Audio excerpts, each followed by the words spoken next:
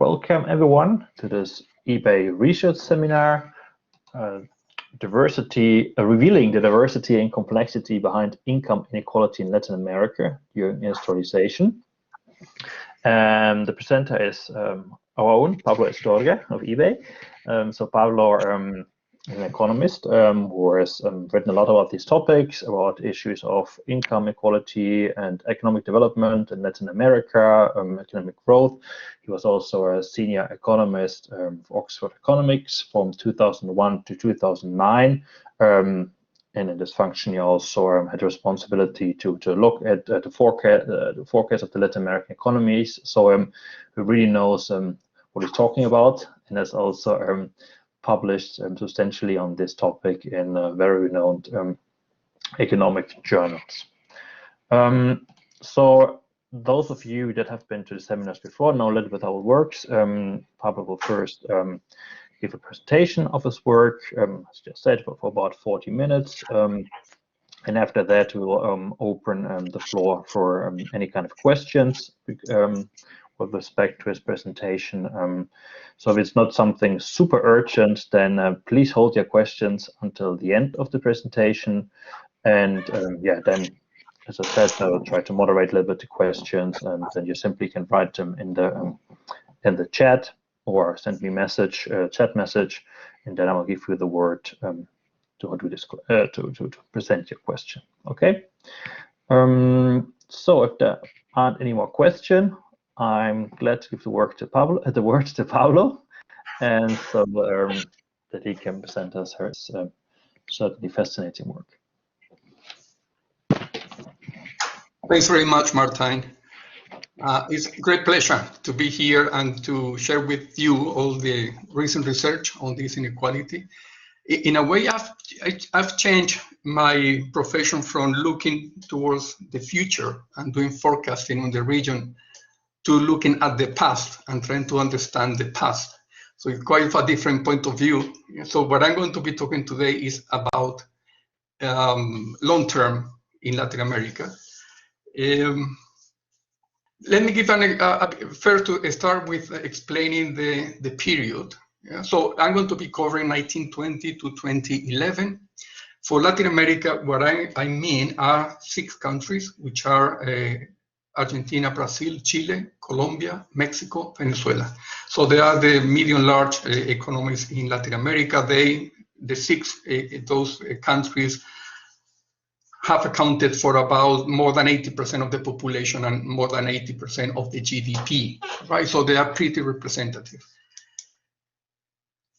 So why to study this? Why is important to study that period? Well, here you see, if you look at the region, a lot of things happened between 1920 and 1980 in terms of these structural and institutional transformations in those countries.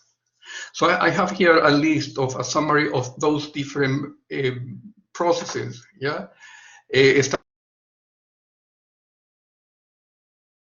industrialization, also geographical integration. Yeah, what started to be loosely linked regions within countries to integrated regions in countries. So we have the typical story here of the Kuznets-Lewis type of process, yeah, which, as you know, is a very important narrative to understand inequality. We also had, on top of that structural change, a demographic transition. Yeah, so we passed from a high fertility, high mortality region to low fertility and low mortality. And at the same time, we have the introduction of mass education, transforming what it was mostly an illiterate labor force to one with a relatively high schooling. And you see those two things together have a very clear impact on the supply of labor, and in that way also on inequality. And finally, last and not least, last but is still very important, institutional transformations. The examples I'm going to be given here is about institutions in the labor market. So very important between 1940 and 1980s, introduction of minimum wages, earlier in Mexico, and also the formation of unions. So we passed from still coerced labor in some countries to wage-based labor by 1980. So you see, all these stories are very important. All of them have a very clear impact on inequality, and that's why it is fundamentally crucial to cover this period and to understand what happened during this period. So the question is, well, we know for the period 1980 onwards, we have the household budget surveys, to give information about the distribution of income in most of the Latin American countries, and this being more or less consistent measures of inequality based on those surveys. And those surveys show that in the 1980s, Latin America was a very high inequality region in terms of income. Now the question is, what happened before? So what happened during that period of 1920 to 1980? And this is going to be the main concern of the presentation today. If I were to ask you, the audience, about how you would think in Latin America inequality, Latin America in terms of inequality, I reckon that most of you would think that the countries were equally unequal. And this is very true, let's say, in the 1980s, 1990s, and then we have the story of the 2010s, the 2000s, which is the decline in inequality also shared. So basically people think of Latin America as a thing when they discuss inequality as a unit, without making many distinctions within the region. What I'm going to be showing today is that if we look at that period of the middle section of the last century, we are going to show that there is a lot of diversity. So it goes against this idea of an homogeneous region in terms of inequality.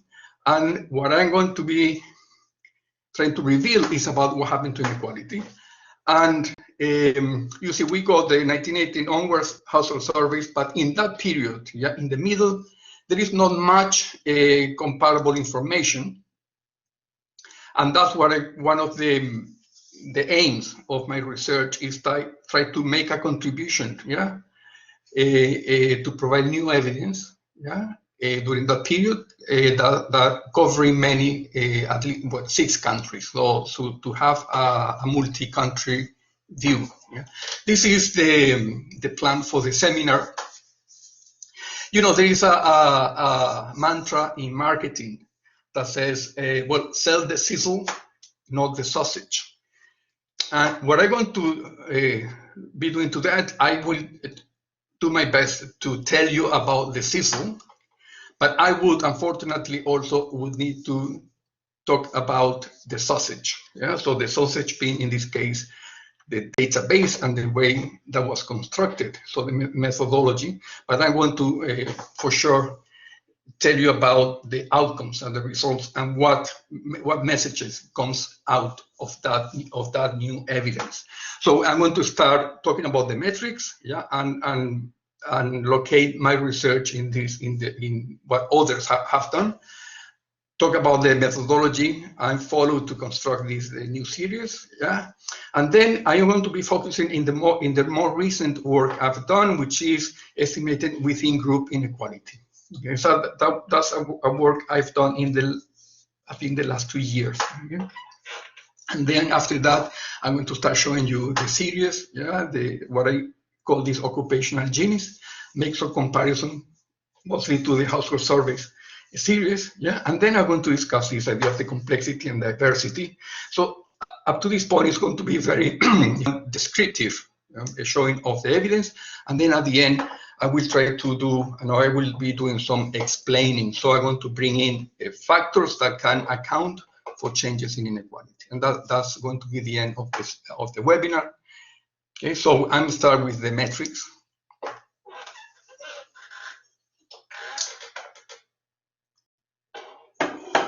So here is a summary. So it's a sampling of the key information. If you want to study that period, remember I'm basically talking about 1920 to 1980. That's the sort of information you can get. So there are some basic ratios like wage premiums, or they are called the Williamson ratios, which is GDP, unskilled wage divided by the GDP. So it's a measure of inequality. And also you have the information about the labor market, the labor inequality in the form of wage shares, and then wage inequality within inter or intra industries. And this is the leading scholar on this is Wout Frankema. I'm going to be using his ideas and some of his data. And then we have household surveys. So official surveys, there are some surveys starting in 1950s, late 50s, in the 60s in some countries, but mostly in the 1980s. Before the 1980s, the surveys were not fully compatible across the countries. But also there've been some recent work on trying to put together household surveys, official with private surveys, and try to construct a view, of inequality during that period before 1980. This is the work of a research group in Sussex, led by Gazelli. Also, you may be familiar with the more recent work on trying to use fiscal data and macroeconomic data to estimate the top of the distribution, top 1% and top 20%.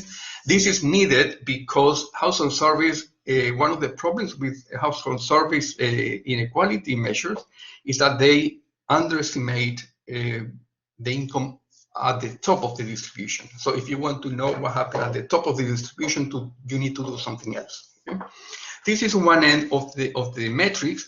On the other end, we have the work on social tables. And these are done by country. They are very detailed analysis of what happened with income distribution across different groups in society. And that can be very detailed. Let's say they can have 80 or 100 different groups by occupations in a given year. The thing is that social tables usually work with benchmarks. So they will, let's say, have one benchmark 1920, 1940, 1960, and then within those benchmarks, they provide a very detailed analysis. Sometimes one issue here is comparability, not only across results of social tables across countries, but sometimes within the same country. So they are very valuable, but they tend to give information about what country and not always continuous information. If you want continuous information, there is a variation of those tables, which are called dynamic tables. They try to link the detailed information in each of the benchmarks. And for that, we got very good, valuable work in Chile, by Rodriguez Weber. I'm going to be using his work, his data as well. And also the reference here is social table and the work on Uruguay by Luis Bertola. Unfortunately, I'm not going to be including Uruguay in my sample, but I think Uruguay can be added without much complication because Uruguay has been the country which most studies, that have been more studied in terms of inequality. Okay, so, and you can see here in this slide, there is a gap, and that gap is what I'm trying to fill with my work. Basically, I want to add, using none of those metrics are ideal. All of them got advantages and disadvantages. So it's good to add more measures. It's good to add more measures because in that way we can continue to build up that puzzle of inequality in the region. So what I'm going to be doing, I am taking the idea of social tables, or particularly the dynamic type. But I need to reduce, in order to make something which is comparable and consistent over time and with large coverage of countries, I need to reduce the number of occupational groups. I cannot have the detail of 60 or 80 groups, as they do with the social tables. I'm going to reduce it to 4. And this is a methodology used by Valpe Fitzgerald. So I'm following his methodology. And you may think, well, it's only 4 occupational groups. Well, 4, but they are very well proportioned and very well defined because they look at very important sections across the income distribution. And so these, I'm going to give you the more details, but is then skilled, the semi-skilled, the relatively skilled workers, and then the top, which are the property owners and the managers and professionals. Yeah. So it's a nice way to break up the labor force. And with 4 groups, I can construct series over the whole period for six countries which are comparable and consistently defined. Yeah. And this is very important for what I do. I want something that can be comparable, okay, and meaningful. So in terms of the data, I am going to be mostly relying on data on statistics produced when people are at work, okay, which is a contrast with the usual data that you have in the Ginis with the household surveys, which are surveys. So it's responses of people which are at home telling what they spend on and consumption and so on. Also, I need to make clear from the start that I'm going to be working with market income, not redistribution. So not disposable income.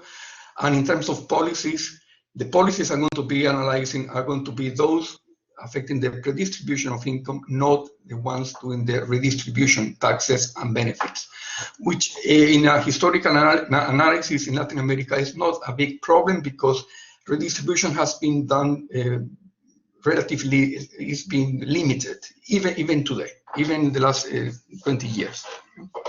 So that's the metrics I'm going to be talking about today.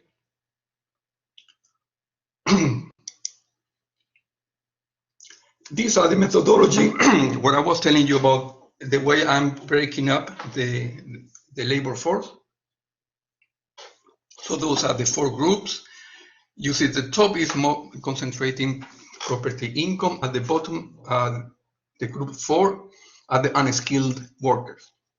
And here I'm going to take into account also both rural and urban. Very important because the period I'm studying is the period of internal migration.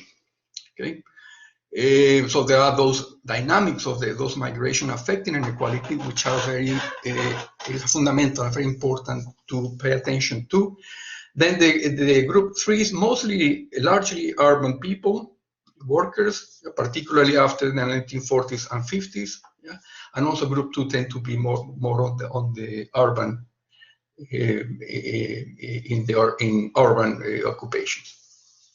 Now that's the people, and in order to have any metrics of inequality, you need 2 things: you need people, and then you need income of those people. Yeah?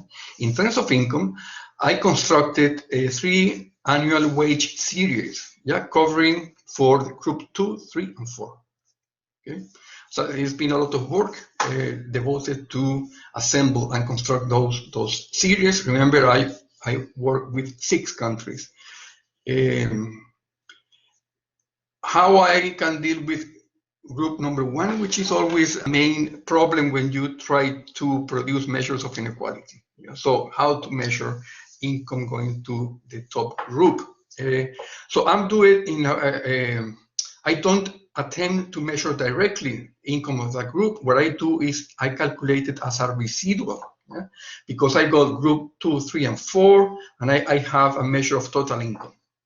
So, and then in order to close the estimation, I make the group number 1, the income of group number 1 are residual of reducting the income going to group 2, 3, 4, which is largely labor income, from the personal income macro data. That's the way I produce to do the estimation. So remember, at the top, group 1 is most rents, landlords, property income, managers are there, and I also include their professionals. So there is also some labor income, yeah. And then group 2, 3, 4, largely labor income, and there may be some mixed income. So some people earning some capital income, some profits, but mostly is labor. That's a very important distinction because this is that's going to be a way of showing the complexity of income inequality in Latin America by distinguishing labor income and non-labor income. okay, or property income. Okay, so let me show you what I already have done. So the first stage of this research, what I did, assemble those data, wage data series, and then I calculated those between group Ginis. Okay, so group 1, 2, 3, and 4. So only taking into account the differences in equality between the groups. Okay, so that was the first stage of the research, and this has been published already. But as you know, overall income is both, is between group Ginis and also the within group Ginis. Okay, so we need to take into now to measure also what happened in each group within the groups. So what happened with inequality within the unskilled, what happened to inequality within the property owners, okay, the group 1. And in that way, I can produce a more complete, more comprehensive measure of inequality of that overall Gini. Bear in mind that these Ginis are not the same as the Ginis you are more familiar with, calculated with household surveys. Okay? Because in these Ginis, my Ginis, the groups, the size of the groups are changing over time, and they change it with the same process of economic development. So the unskilled, the fraction of unskilled workers tended to be much higher in 1920 and much lower in 1980 or 2000, 2011. Okay, so the shares of the groups are changing. As you know, with the Ginis of the household surveys are always calculated with fractions of the income distribution, always the same. Okay? Anyway, apart from that distinction, I'm also going to be showing you that those two Ginis, these occupational Ginis and the household surveys, may have similar trends once you look them in the long term. Okay, so this is for later. Now my concern is within group Gini inequality.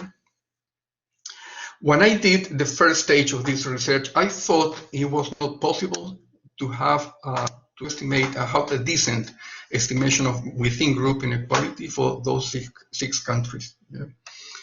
And then when the lockdown started more than a year ago, I said, well, what can I use this time for? Yeah. And then I had another look at the issue of within group inequality.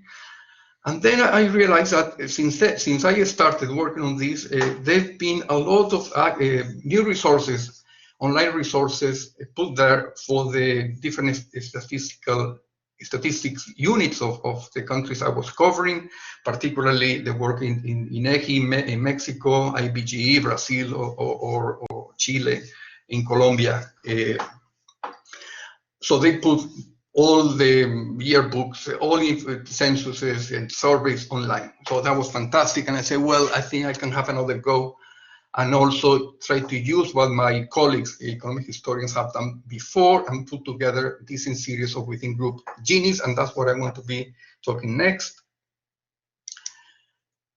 Also, for this part of the research, I was lucky also to have research assistants from a PhD student from the UPF, Eric Paulín Castañeda. So I'm grateful for him as well, yeah, to get me this hand to complete the data I needed for this estimation. So what basically I did in this second stage is I gathered data. So remember, I done the between groups inequality. I need to concentrate on what happened within each group in terms of dispersion of income, which is very much dispersion of wages in groups 2, 3, and 4. So what is possible to have? If you want to construct a series over time during that period, well, you need to, what you can use are industrial surveys. Okay, they've been published in those countries regularly. So these are an excellent source of data on wages. And the good thing of those surveys is that they distinguish between white-collar workers which is basically representing, can be associated with group number 2. And they also produce information for blue collar. And then you can match that blue collar workers, the wages, to group number 3. Okay, so that can come from those surveys, and I'm going to be using manufacturing. So they are going to be referring to manufacturing, and usually the detail of the data is going to be over 20 to 28 different industries within manufacturing. So we are talking about, textiles, food, footwear, chemicals, that sort of thing.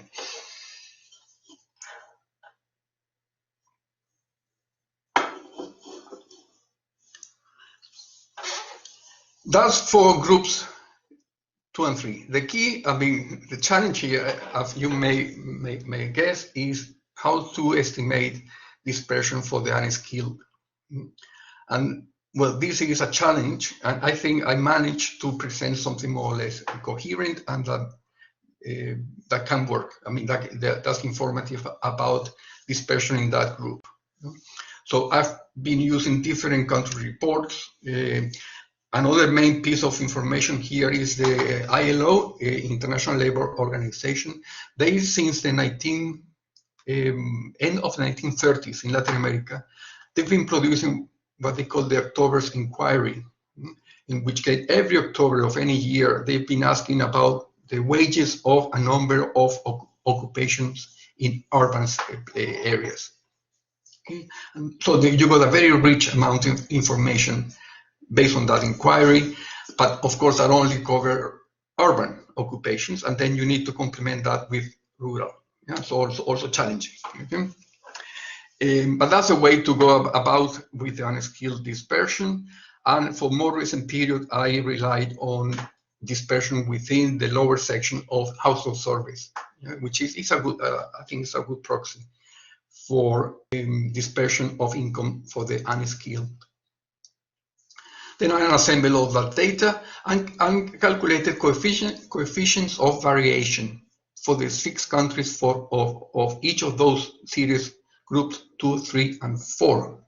And those are, I've done that in order to be as comparable as possible. Okay? Remember, my main concern is comparing countries and giving a consistent account of those countries. Coefficient of variation is, as you know, is a very simple measure of dispersion, is the standard deviation divided by the mean. Okay? And I constructed series of coefficient of variations. I'm going to show you them next. And then after that, this is varies according to countries. In some countries, I got a lot of data points, in others less so. But then at the end, what I'm going to take is a more of a smoothing series of that coefficient of variation. I'm going just to show you with a chart. It will make more sense. Here, I'm going to give you 2 examples. This is Argentina. Okay, I need to go a bit faster, I think. This is Argentina. You see here are the dispersion of the different categories, so the white colors. Each of that dot is a data point. Data point, those are white color, the blue color. You see there is in Argentina plenty of data. Yeah, so the unskilled in Argentina is mostly urban from the start. So it's not, the rural sector is not such an issue as it is, let's say, in Brazil or Colombia. Yeah? So at the end, I smooth those series. I take just the smoothing, which is a continuous series, and that's what I want to be using. Here are the 3. You can see here in Argentina, let's say, the effect of the policies in the labor market of Perón in the 1940s and 50s. That was basically compressing the salaries, across occupations. So you can see there is a decline, less dispersion, less inequality within the groups, the 3. So this is Argentina and this is Brazil. You will see that, well, they behave differently, so they can tell different stories. You see, this information on its own have a use if you want to use it as it is, particularly if you want to study manufacturing. So you are interested in doing something with technological change, productivities, and so on. This is going to be a valuable resource in itself. Yeah? But what I'm going to be using this data is to calculate Ginis, the within groups Ginis. Yeah? And I'm doing that by just taking this information of those smooth series. Okay? So how am I going to move from this coefficient of variations to Ginis? Yeah? So how can I do that estimation? So I'm going to, the key things here is, if you remember from the first stage, I have the between groups Ginis. Yeah? Now I need to add within groups Ginis, yeah? The second component, in order to have overall Ginis. Yeah? So what I'm going to be doing for the first stage, I have mean wages of income of each of the groups. And in this second stage, I have a standard deviation coming from those coefficient of variations, yeah, from those from those categories. And so I'm going to make transplant those standard deviation and put them together with my previous mean wages, and in that way I can approach the calculation of the Gini. The other piece of information I need is that to know which is the probability function, yeah, of within those groups. Because if you have a mean and a standard deviation, you need to say something about how is the probability function. And what I found in doing this research is that within those groups 2, 3, and 4, the probability function that works better is normality, normal distribution, and that in that way you can calculate Lorentz curves in each of the groups, and then in that way, with the Lorentz curve, you get the Ginis. Okay, and I know if you want more questions, I can give you more details at the end. Yeah. Also notice that group 1 is different. So group 1 is still log normal distribution, and then I'm going to estimate group 1 dispersion differently. So this is about how I get the within group Ginis. And now I'm going to just show you, stop talking to you about the sausage, and I'm going to give you a bit more on the sizzle. So this is the notation I'm going to be using from now onwards in order to show you the evidence. So try to remember, this is all about Ginis. 4 means a Gini. So G4 is a Gini for the overall Gini for the 4 groups. That includes the between group inequality and the within group inequality in the 4 groups. So this is G4. So the B is between, the W is within. Now, I'm also very interested in calculating the Ginis also for the groups 2, 3, and 4, which is, remember, is concentrating labor income only. Group 4 includes property income. So I do the same for the 3 groups, 3 lower groups. So G3, the overall for the 3 groups, is equal to the between component and the within component. Okay? So those are my series. And also I'm going to be making comparison with household budget surveys and with the Gini calculated by Rodriguez Weber for Chile. Okay, so I will show you that next. So remember, the first set of Ginis are for the 4 groups, distinguishing between and within. And the second group bunch here is just the 3 lower groups, 2, 3, and 4, concentrating labor income. So let me just tell you, I'll keep showing you Argentina and Brazil because I cannot show you all charts for all countries, but those 2 are contrasting. Yeah? Later on, I will produce some more metrics for the 6 countries. Yeah? But in order to show you the series that Argentina and Brazil will do, you see in purple is the G4, and in sort of red, yeah, burgundy is G3. And these are both plotted in the same scale. So you see there is a very large difference between the 2. Okay, between the 2. This is only labor, the groups 2, 3, 4, labor, and then once you include the professionals and property income, then you have a very higher increase jump in the level of the Gini. In Argentina, you can see inequality has been more or less relatively high since 1920. And when you look at Brazil, well, the story maybe it seems to be a bit different, more of an increase in inequalities since the 1920s, with a plateau here in the 1980s. Also, you can see that the trends, the trajectories in the Gini 3 and the Gini 4, they are not always the same. So in some periods, when the Gini 4 was rising, the Gini 3 was falling. So we need to be careful about making those distinctions, because that matters a lot. That's Argentina and Brazil for the Gini 3. Now I'm going to show you how do they compare with the household budget surveys. The Gini is calculated with that information, whatever is available. Those are the little triangles.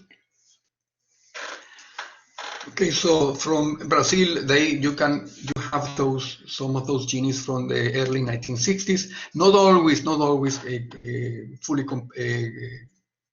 comparable. Okay. Anyway, they can give you the idea of the trend. So you can see from sorry, I was talking about Argentina. Okay. You can see from this chart that the household, the Ginis calculated with the household surveys, official, tend to track my G3, okay? My G3. This is clearly here in Argentina. You see the trajectory here, the trend is matching my G3, and in Brazil is also true, okay? And this is not, there is a reason for this. There is a reason, as you remember, the household Ginis calculated with that data underestimate by large the property income. Yeah, so basically those Ginis are about labor income as the G3 are. So there is no surprise they are matching. Yeah? So, but one message to take from here is that if you want to know inequality, the whole overall inequality, if you use those household surveys, you are missing a lot of the story. Yeah? So this is comparing G4 and G3. And now I give you the comparison from Chile and Mexico. And the same, we got the G4, G3. Now, bear in mind that I am changing the scale for the G3 measure, yeah, in order to show more clearly the links with the household surveys. Okay, so these are now, this series is on the right-hand side. The same, this link between the household budget survey Ginis and the G3 is confirmed here in those two countries. I also wanted to show you this because here we have the overall Gini estimated by Rodriguez Weber, using full data, all data possible, a very serious, very comprehensive study. I'm using part of his data, so it's no surprise that those two series are matching. You can see here, those are matching. But the good thing of this is that you see, by using only 4 occupational groups, I can always mostly match what Javier have done using a lot of different groups in each of the benchmark years. Okay, so using 4 groups, you are still can inform a lot about what happened to inequality during that period. Okay, so this is examples of those Ginis. I'm going to now show you quickly how the comparison between the different components across the groups, okay, across the distributions. Again, Brazil and Argentina. Here in purple is overall Ginis. In blue is between groups Ginis, and the dotted in sort of brown color is the within component. Bear in mind the within component is much lower in levels, so that needs to be plotted on the right hand side. But what is interesting here is to notice that the between group Ginis is a very good proxy for overall Ginis. You can see that clearly in both of the countries. And also notice that the within component, the within Gini, can move different have different dynamics as the between, which is a very interesting piece of information, if for somebody who is interested on inequality. All right, this is for the four groups, and now I want to show you equivalent charts for only the three lower groups. Okay, those are the three lower groups. You see here the within component makes more of a weight. What happens when you include the group number one, because the difference between the mean income of the top group and the group number two is so large, that makes the within component, the weight of that component, relatively low. Okay? Again, the same story here when the three lower groups, the between component tracks very well the overall, but the within component may have different dynamics, okay, as the between groups and as the overall. Okay, so this is how those metrics, the series, are what they are showing. And I'm going to put the six countries together and concentrated on 5-year frequency of those series. In a way, I'm going to give you some basically constructed pair correlations. I'm trying to show you how things are related between the different metrics along the groups and also across the countries. Okay? This is correlations by metrics between the different Ginis. Because just notice that the ones between Gini, the Bs and the overall are close together. The ones between the 4 and the 3, so labor income and overall income, they positively related, but weakly, moderately, not as strong as the other ones. And you see the within components, the correlation is negative, so they move in opposite directions. So this is a very interesting result. I need to move a bit faster.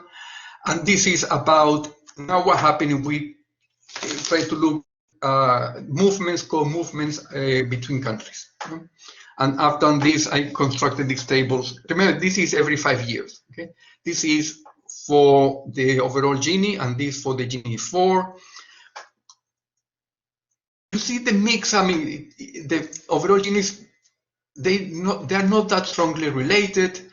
And if they are related, let's say more than 0.5 correlations is a negative. But overall is weak correlation. So there seems to be not much synchronicity between across those countries. If you look at the between groups only, again, you don't get too strong correlations, and then you start having what you also start having is a mix of negative and positive results. And I add now the other measures. What happens if we go to the Gini 3 overall? So labor income. Now you start having very stronger correlations, but tend to be dominated by the negatives. And then if you add the within group, we got even stronger correlations, but here we got positive and negatives.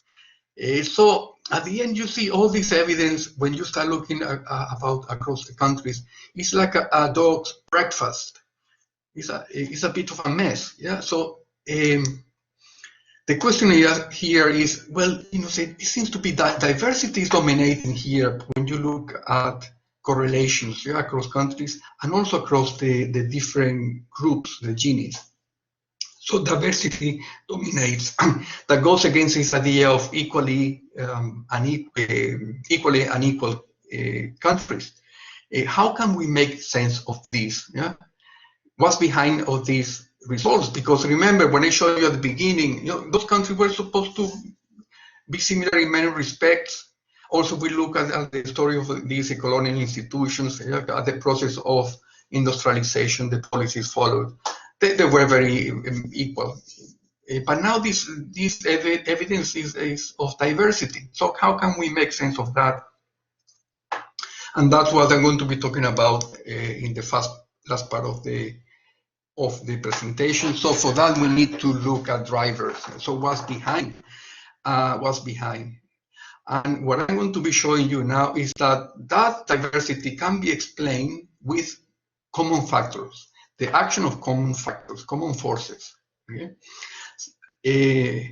But as you can see, for that, we need to go another step forward, yeah, and then we need to do some econometrics, because it's the only way in order to unpick the different contribution of different forces. Yeah? One of the nice things of this database is that you can have a panel data analysis. You got enough point of data every 5 years to do this sort of work. You cannot do that with social tables. Okay. So that's what I've been doing. And there is a paper in progress with Julio Revuelta from the University of Cantabria. I'm going to show you here the results we have out of that econometrics, this dynamic data analysis. We started with the specification that provides this empiric estimating framework is from a paper by Bourguignon and Morrison, 1998, Journal of Development Economics. So there is a nice model behind this, so that makes it, referees always likes that very much. And then in terms of the estimations, we are using 3 different types of dynamic estimation methods. Fixed effects, LSD is not what you're thinking about. It's something like the general method of moments, yeah, technique. And then we got the panel data corrected standard error. For those who knows econometrics, that will make sense. Okay, the things to take here is that we are trying for robustness across different ways of estimating the regressions. Important to notice all dynamics. That means that we are including the lag term of the dependent variable, which is inequality. So we take into account this inertia effect of inequality and see, once this is taken into account, what these other factors can explain. Okay? So, and this is, I'm going to give you the findings so far, and this is pretty final because I already closed the series, estimation is done, I'm not going to touch that. And so these results are pretty final. So I'm going to be looking at different kind of factors. First of all, very important for developing countries and Latin American countries in particular, in terms of trade. Yeah? So what's the impact of terms of trade or has been during that period, now 1920, 2011. So what this analysis shows, yeah, is the terms of trade was disequalizing in G4B. Okay, disequalizing. So boom in commodities, yeah, what was doing that? Well, increasing inequality. Yeah, once you consider the 4 groups, yeah, also the between groups Ginis, but you see the same terms of trade that was disequalizing for G4B was equalizing when you look at within dispersion in the 4 groups and the 3 groups. So opposite effects, the same driver having opposite effects according to the different genes. No significance elsewhere. Now, also very important for inequality during that period were the endogenous process. So the Cousins-Lewis story, demographic transitions, and then we got enough information there on the right-hand side to try to look at the effect of those processes. One is a proxy for the productivity gap, which is a proxy for the Cousins-Lewis process. When we try that variable, we find that that was disequalizing in overall Gini once we consider the 4 groups. Yeah? Was disequalizing also for the between in the 4 groups, disequalizing in the 3 and in the 3B. Okay, so all consistent across all those metrics, yeah? Which makes sense, is that what you would expect. Yeah, is that what Kuznets would have expected or Lewis? Okay, But now interesting is that once you try the same variable for the within components, for the 4 groups and the 3 groups, you got the opposite result, is equalizing. Okay, so that process of internal migration, urbanization, yeah, and industrialization was equalizing within the groups, but disequalizing between the groups and overall. Okay? Also, this is a very interesting, nice result, yeah, and this is new stuff. Now, demographic transition, we also can try to capture that effect by a gross participation rate, that economically active population divided by total population, and what we show is that was disequalizing, as I think but I was expecting that to happen. Only in G3B, yeah, not when you include the group number 1 that disappears. That result is not robust for the use of different methods of estimating the regression. So all the other results are robust, okay, which is nice. Also, we look at natural endowments, and this is a component which is in the Bourguignon and Morrison model. So basically, it's the importance of agriculture. Yeah, it measures as the exports, agricultural exports divided by the GDP, and also mining. So we can measure the effects of the endowments.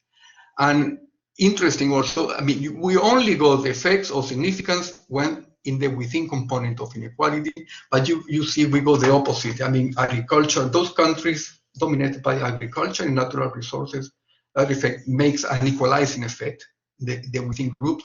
In the countries dominated by mining, you say clearly in Venezuela and Chile, the effect was disequalizing. Yeah. Also, we only found significance in the within component, not the others. And I'm sure some of you are thinking about, well, what else? What is missing here? Well, we also try policy. Yeah, we also try policy and the political economy, which, as you know, is very important drivers of inequality. So what we managed to do, well, we can test for schooling, yeah? And we found that schooling was disequalizing, but only within inequality in the lower groups. We have no significance in the other Ginis. But at least, well, we got some results that say schooling was playing a role. You see here, what was happening is that those different drivers tend to turn on and off depending on which of the Ginis you are trying them. Okay? It's not the only that is mostly always significance is the one accounting for the Kuznets process. Now, we tried also, of course, the ISI, import substitution industrialization policies related to protection. This is, we included a dummy, and what we found is that ISI was equalizing. But equalizing only, the evidence is in the 3 lower groups, in labor income. Yeah? Once you include the group number 4, that disappears. That significance is not there, but is in the 3 lower groups, which is nice, because also that means that the EC, many people was always claiming that the EC overall was equalizing, and this is supporting that view, but only in the labor income. This dummy also mixes the institutional changes in the labor market, because like minimum wages and unions, because it was happening at the same time. Also, we tried the real exchange rate, also partly a policy. We have that was disequalizing. Okay, so the labor was mostly paying the cost of adjustments, but that was not real robust across the estimation. Also, this is an important result. And finally, democratization, so political economy. So what I included was this measure of democratization index from the Polity 4. We didn't find any significance with that indicator. But it doesn't mean that democratization didn't matter, but this node in that regression analysis does not prove significant. Also, we tried inflation, hyperinflation. Also, I was surprised not to find any significance, but that's the result. Yeah? So this is what I wanted to show you. The final message. Well, 2 contributions of this work. First is to to construct this new database, new evidence, so you can have evidence of what happened. Yeah, something in 6 countries, and then second contribution is try then to you look diversity here, and then try to then explain that diversity with this dynamic panel data analysis, and that's well the second contribution of this work. Well, thank you very much for all of you for your attention, and now happy to answer any questions. Okay, thank you very much. So are there questions from the audience to start with? There's a very long one by Rogelio, but I can simply read it for everyone. I1, congratulations for this event and Pablo's presentation. Some questions on this relevant project. 1, how do your estimations behave in comparison with other studies on long-term inequality in the region? And the second question is, don't you think that Ginis introduced a relevant bias, taking into account the idea provided by Palma? Maybe Ginis might be useful before 1980s, but not after 1990s. Many thanks, and he apologized that he cannot activate his mic. Do you want to answer these questions first, or we go? I think these are already pretty complicated. Okay. Thank you very much, Rogelio. I very appreciated your comments, your praise, and your questions.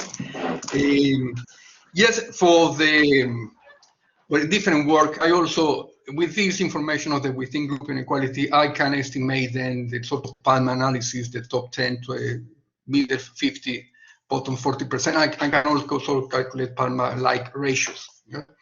And that's for, after 1990. You see, I don't want to get much into more recent period because my contribution is mostly before that. Yeah, I'm using the more recent period in order to check, what happened, the consistency with my series, yeah?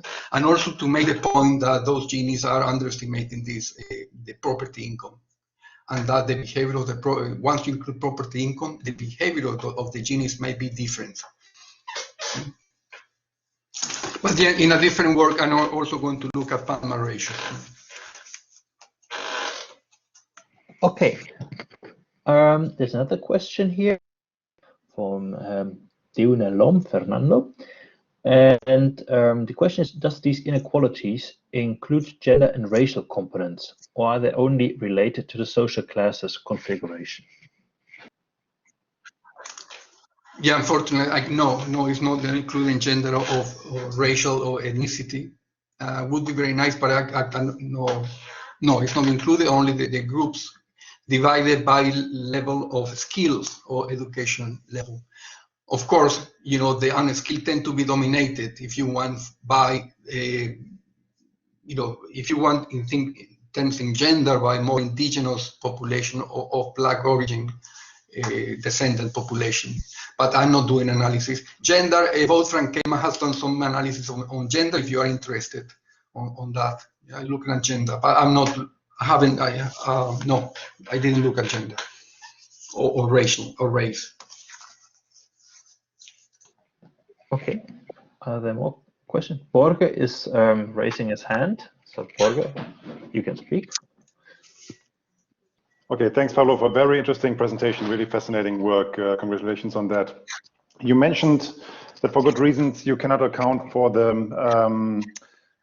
for movements between the classes that you're looking at, but these movements between classes could also drive a lot of the between and within group inequalities, right?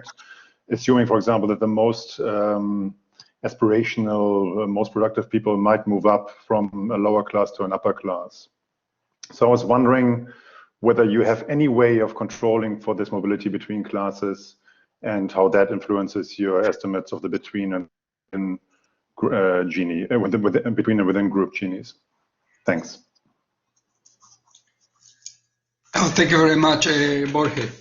I appreciate your comments and the question. In this work, I don't think I can control for these movements that you rightly to point out that they are driving what happened to the Ginis, because this is an essential part of the methodology that they are changing.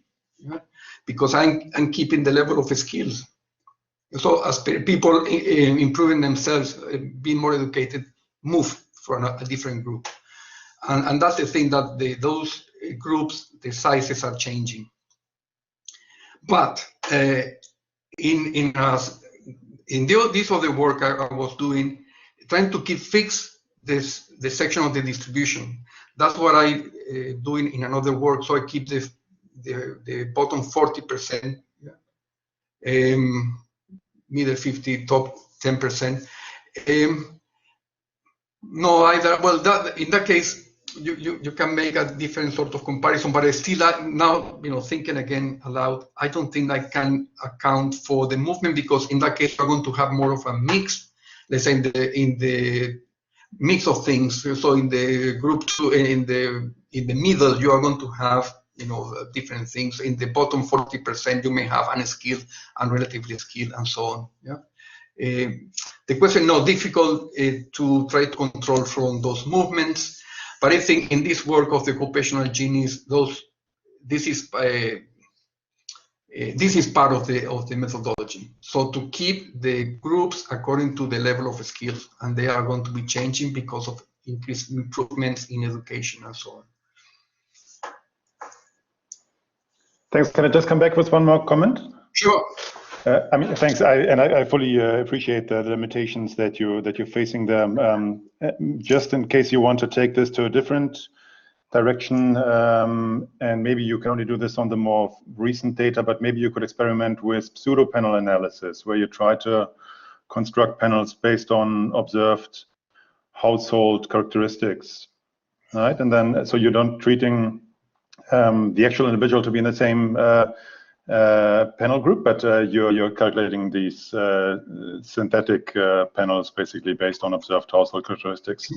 That would require that you have survey or census data, right? And I guess that's not always the case. Yeah. No, unfortunately, no. I'm very limited on that. Yeah, just to construct the 4 groups and divide the labor force. I cannot get too much detail out of that. I mean, no, it's not. I need just to,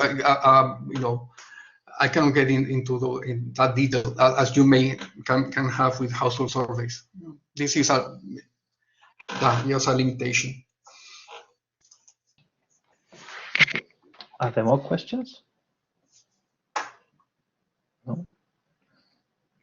Well, if not, I can ask some questions myself. Yeah, thank you very much for the presentation. Well, it's not my field of expertise, so perhaps the questions don't make that much sense. But so my first question would be, what is the quality of this data, especially fiscal data? If you go very much back in time, how trustworthy is it, or and what extent do you take this into account? So my second question, to what extent do you also take political ideology of the governments into account? I saw that used as policy score, but I think you look more at was democratic government or not. But if you, for instance, in Brazil more recently, you saw that, of course, this inequality went back, and it was also the political positions. And I saw some other of these changes, as you mentioned, the Peronist government. Is there some way to take this also into account into your analysis, if this was more left-leaning or populist or whatever government, or this is also an explanation? And the third one, well, question comment was a little bit about these agricultural and natural resource this influence on inequality that you said. And so what I was wondering, is it also a matter simply of capital and labor intensive industries? I mean, there's the one, mining very often is more capital one. So even though if it's, even if mining, for instance, mining products is more expensive, that does not necessarily see that you need a larger labor force, especially in oil like Venezuela. Whereas in the case of agriculture, if the price gets higher, you usually also need a higher labor force, especially if you go back in time. So this then might also influence, as you detected, that higher demand, more demand for labor force in agriculture, higher prices, less inequality. In mining, only some people benefit of these high prices, but the large share of the population is not directly connected to this commodity boom. So this could be an explanation.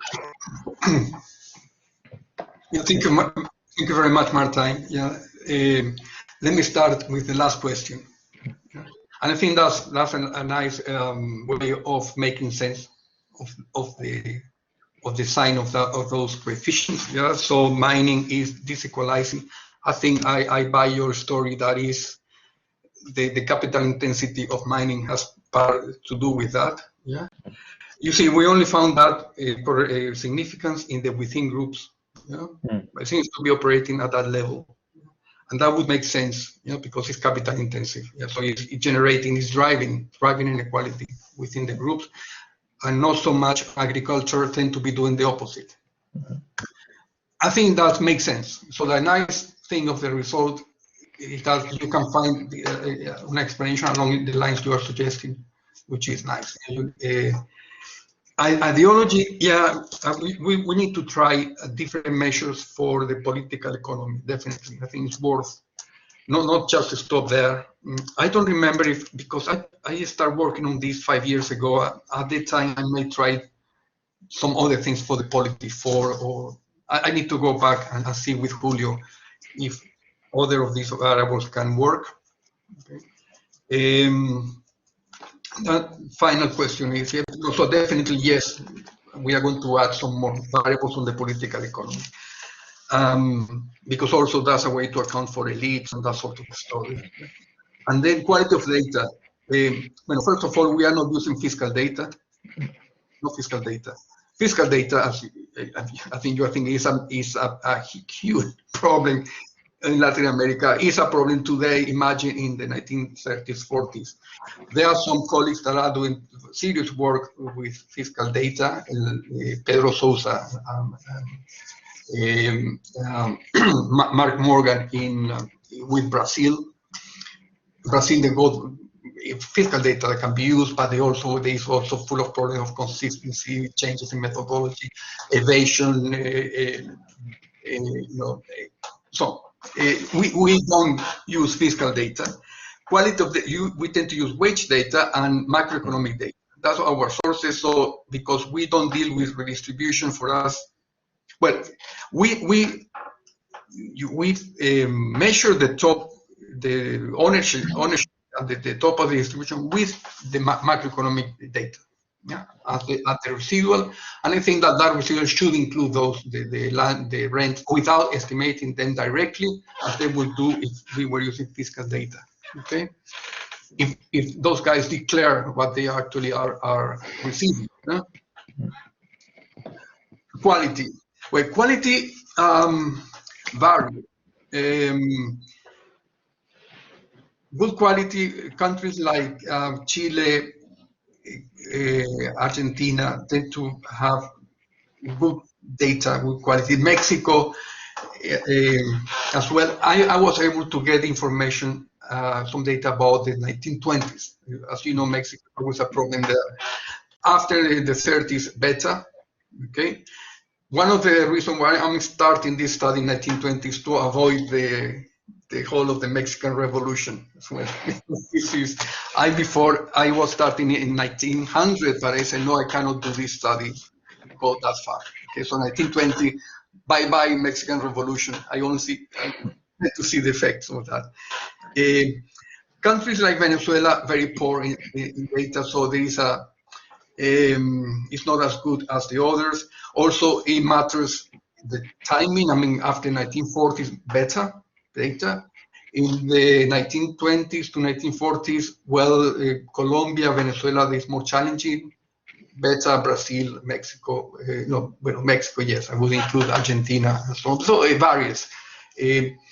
But in any case, what I was trying always to do is that whatever I was doing, that would be comparable.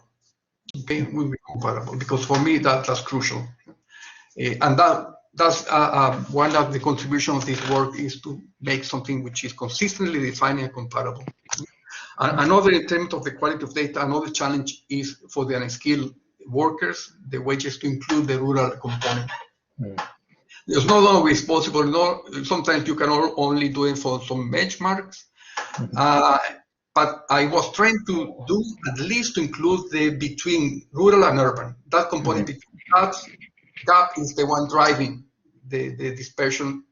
When you exclude rural and urban, at least I was able to do that. Yeah, trying to measure dispersion within rural wages more difficult, but anyway, that tend to be low dispersion. I don't think I'm missing much because dispersion and skill in rural areas tend to be low. You may have a bit more dispersion in the urban because they are unskilled. They tend to be low dispersion. What drives dispersion is between rural, urban, and skilled. And that component is usually included in the series to estimate it within group inequality, group 4. Okay. Yeah, there's also a question I had. To what extent there's really also for geographical reasons differences in wages? As I mentioned, well, in some parts of the country simply have higher wages than others. Also different rural areas, but as I understand it correctly, there's not that much difference. Thank you for bringing that geography. I'm only bringing in geography, rural, urban. I always go for the national result. And I keep it all at national. I know there is a lot of dispersion regionally, but this is another study. I cannot go into regional dispersion. As I said before, in the 20s, 40s, let's say Colombia was a collection of islands. A lot of regional dispersion. 1940s is more integrated markets, less so. But a lot of people do regional studies. It's up to them to do that. I always deal at the national figures. I'm reflecting rural, urban for the skill, because that's the only way to make things comparable. If I start bringing in regional disparities, well, it's a mess, because I go in some countries and when you look at regional countries, I don't have the data on regions. So that makes things not comparable, and that's the end of the work because the data is useless. Okay, thank you. There is another question here. Are these inequalities related to the historic objections facing the region or political internal policies adopted by each of these countries in particular? It's a question from Fernando. Sorry, Martin, you say religion? Or? No, are these inequalities related to the historic objections facing the region or political and internal policies adopted by each of these countries in particular? Okay, yeah, thank you. Well, policies, in the econometrics, you see what you have when you look at the studies of inequalities long-term, while countries, well, you have a lot of the stories, rightly so, on the political economy. You say this went up because, well, maybe an autocracy dictator do this, do that, the elites here working in that way or the other. I'm not telling country stories. The way I can incorporate the political economy factors is in the econometrics. Okay, I see were they important. Let's say democracy, autocracy. That context, was it important to inequality in the region? The other is about that's about the politics. Okay, and in a way that's reflecting elites, if you want. If you say, well, autocratic regimes tend to favor the elites, the democracy tend to, less so. So that should be, if there is that effect coming that way, they should show in the data. So fortunately, so with luck, you should have something in the data. The other is policies. Policies is, well, what I account, the sort of, remember also there are limitations in the sort of data you have over such a long period, because data needs to be also available for the 6 countries. But on policy, we have something with the trade policy and protection. Also, we have another proxy, which is the share of manufacturing on GDP as the result of ISI. And those basically are consistent results, whatever variable you use. The other policy, of course, is education. But you see, we only look at schooling. That's the sort of variable you can have for the whole period. Remember, I cannot use a variable that only is available for 1960s onwards, because that doesn't work. So there has to be something from the 1920s onwards for the 6 countries. So, and policies and real exchange rate is another key variable. Usually is also part of, in a way, influenced by policy, by the nominal exchange rate. And well, that's something coming out of the use of that variable. It is, for the macroeconomic adjustment, is fundamental variable, and always with a very clear inequality impact, mostly against labor. Okay, mostly by labor. And the other is hyperinflation in Latin America. You can also link that to policies. I thought that there should be some impact shown in the regressions with hyperinflation, particularly. So we got, hyperinflation tend to impact mostly people which are unskilled in the informal sector, because they cannot be protected. And so they should have an effect there, disequalizing, but it didn't show in the data. I mean, because you include all their stuff, and sometimes you have multicollinearity in the data. Some things are moving together. So just by having some significance, I think it's a huge. I'm also very happy with how significance in what we had. And I think, well, I think it was worth all the work in constructing those series.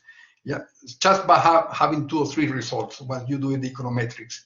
Yeah, because that's a rigorous way of going about. Yeah, we say that's a try. I mean, if you believe those Ginis, say something. Yeah, and then by that we made the comparison and so on.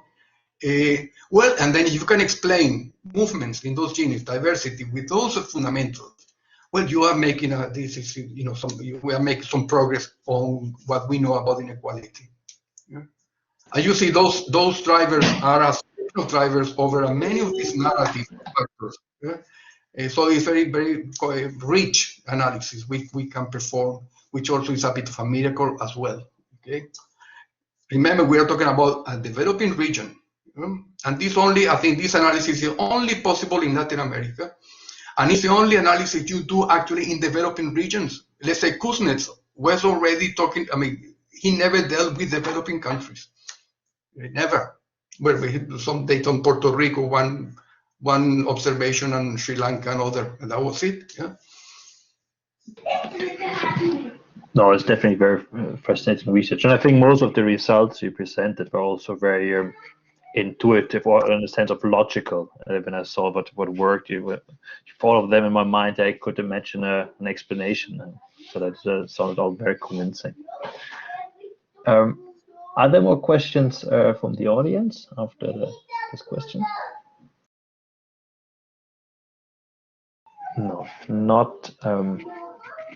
I think we can end for today if there aren't any more questions. Thank you very much again, Pablo, for your presentation. Thank you very much for all the attendees. Great questions. Yeah, appreciate it. I hope that these questions have been useful for you. Next week we have another presentation, but from a completely different economic view. It's by Giorgos Kallis on the 10th of May, whether the green growth is possible and about degrowth. So I hope I can see some of you back then, and yeah, have a good week. Thank you very much. Bye.